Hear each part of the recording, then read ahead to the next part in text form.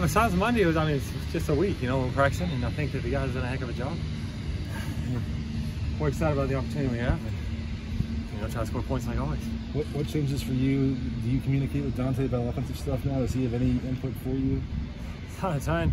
You know, Dante's been good with us, and, you know, I think that's been a message for everyone. Just, you know, go do what you do, and we got a lot of games ahead of us, and so, you know, try to improve every day, and like I said, we still got a chance to do a lot of special things, win a lot of football games, and that's our goal always. You know, nothing's changed from that standpoint.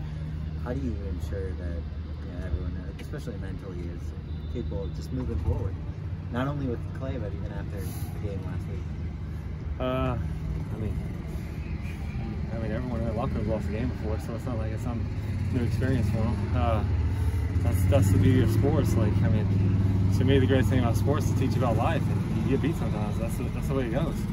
And I mean, what are you gonna do? Not show up to work and write your story tomorrow if you lose? You know what I mean? Like, same thing for us. What are you gonna do? Just stop showing up? So, you get beat. You gotta try to learn from it, see where you can be better, make the improvements you need to make, and be better the next time you're out there. What stood out about the red zone for you guys on Saturday? You know, I think we had two opportunities. The post to Drake and the seam to Gary both should have been touchdowns. You know, we just didn't execute, and that's been the message, is missed opportunities, you know. And we did a lot of good things. Like I said, I think the run game's been pretty good. I mean, I think they're averaging right at like 5 yards a carry. So there was some really good stuff up there. Moving the ball well. Like I said, we move the ball, you got to finish, and that's the key, I think. And it doesn't matter if it's, you know, the drive, the play, the game, whatever it is. You convert those two plays in the red zone, the one to Drake, and all of a sudden that's 14-14. You know, just before that they were offsides on a field goal. You know, be up 10-14 if those two things go the other way. You know, I mean, you got a totally different feel of the game. And then coming out of half, even with those two things, we get the ball first, drive down. Keita made one of the better throws I've seen him make, and we just don't make the play. You make that one at 17-21. Like I said, it's just a different feel of the game. And then we turn the ball over, give them 6 on offense.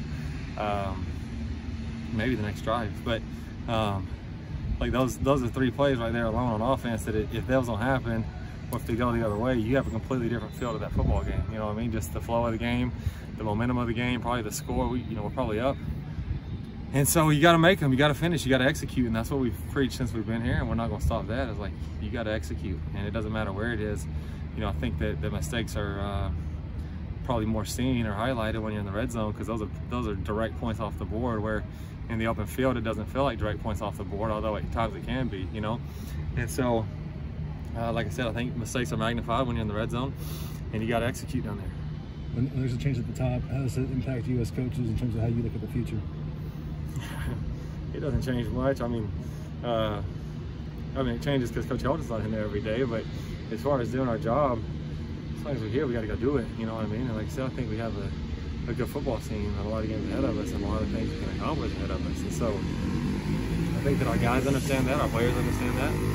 I think that everyone in the office understands that, and that's all we try to do. Is go, like I said, win as many games as we can, score as many points as we can, get as many stops as we can, whatever the case may be, whatever side you're on, and accomplish, you know, a lot of great things. And I think, like I said, we have great young men in there.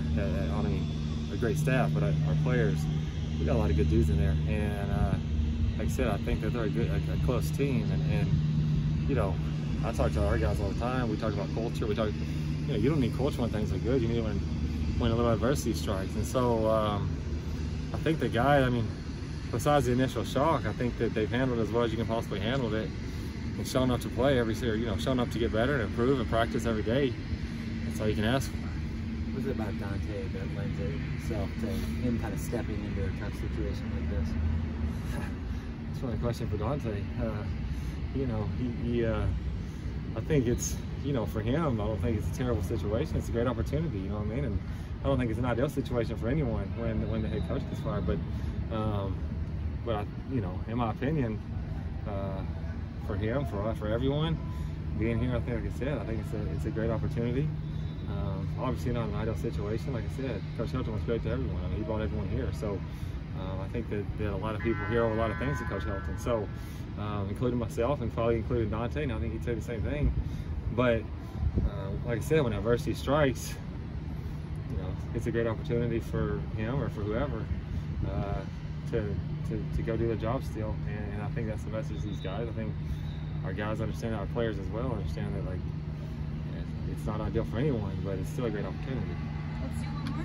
Were you disappointed at all that you weren't given the opportunity to oftentimes do the coordinator this job? You know, I think that the administration, I think, did what they had to do, that they thought was best, and Coach Helton even used to talk about this, you know, even before when he was here, about, you know, if something were to happen to him, even last year during COVID, we had this conversation.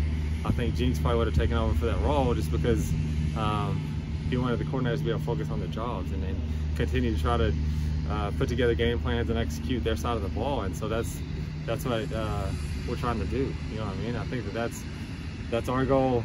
I think that's Tiello's goal. That's our goal on offense, is to keep executing, keep doing our job, keep trying to win football games. And obviously in a situation like this, there's a lot of stuff that's not even on the field that any interim is going to have to deal with, but you know, that Dante's going to have to take care of.